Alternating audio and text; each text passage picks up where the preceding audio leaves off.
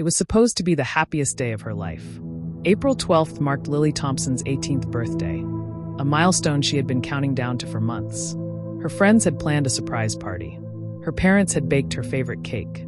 Balloons hung in the living room of their cozy home in Maple Ridge, a tight-knit town where everyone knew each other. But as the sun dipped below the horizon, excitement turned to anxiety. Lily never showed up. At first, her parents assumed she had been held up with friends.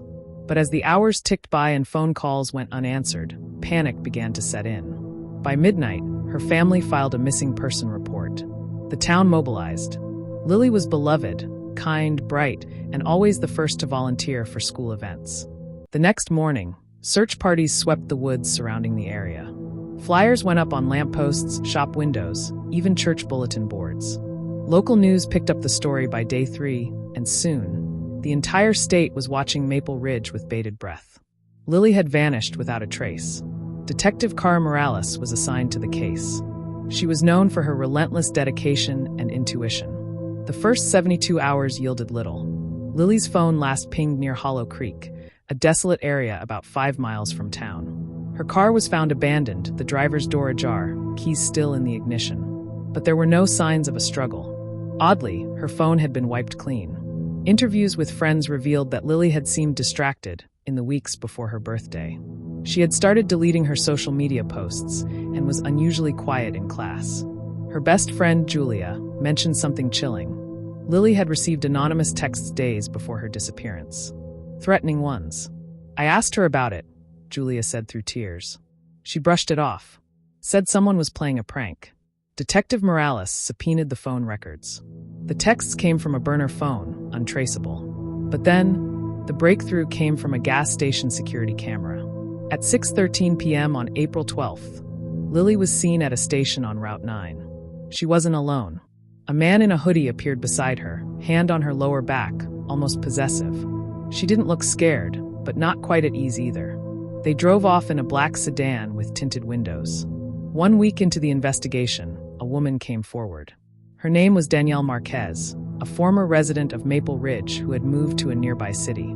She claimed she recognized the man in the video. "I dated him 2 years ago," she said. "His name's Caleb West. He's dangerous.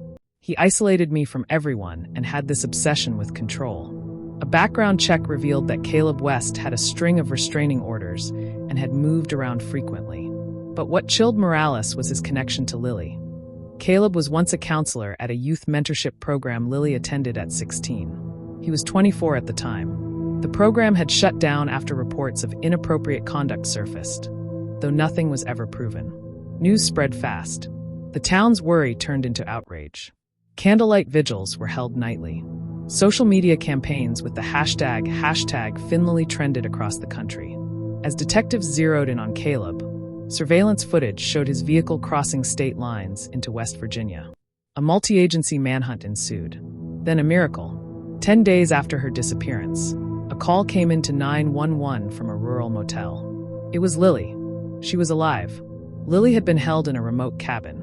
Caleb had manipulated her into going with him, claiming he needed to talk, that no one would understand their connection. Once isolated, he took her phone, cut off contact, and became violent when she tried to leave. But Lily was smart. She began pretending to comply, even feigning affection to gain his trust. When he left her alone one afternoon, she broke a mirror and used the shards to pry open the window lock. She sprinted barefoot through the woods, eventually finding the motel where a kind clerk helped her call the police. She was battered, dehydrated, but alive. Caleb was caught the next day, sleeping in the same cabin. Authorities found journals detailing his obsession with Lily. He believed they were soulmates and intended to start a new life with her. The journals revealed even more chilling details.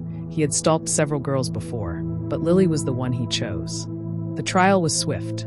Caleb West was convicted on multiple counts including kidnapping, unlawful imprisonment, and assault. He received a life sentence. Lily's bravery became a national story. She was interviewed on Good Morning America, where she recounted her ordeal with grace beyond her years. Celebrities shared her story, praising her resilience. Actress Emma Stone even sent her a personal message, calling her a real-life hero. But the trauma lingered. Lily and her family moved out of Maple Ridge, unable to bear the memories. The town, forever changed, marked April 12th each year not just as her birthday, but as a day of survival. The case of Lily Thompson stopped a town in its tracks. It reminded everyone that evil can hide in plain sight, and that sometimes, even in the darkest moments, hope refuses to die.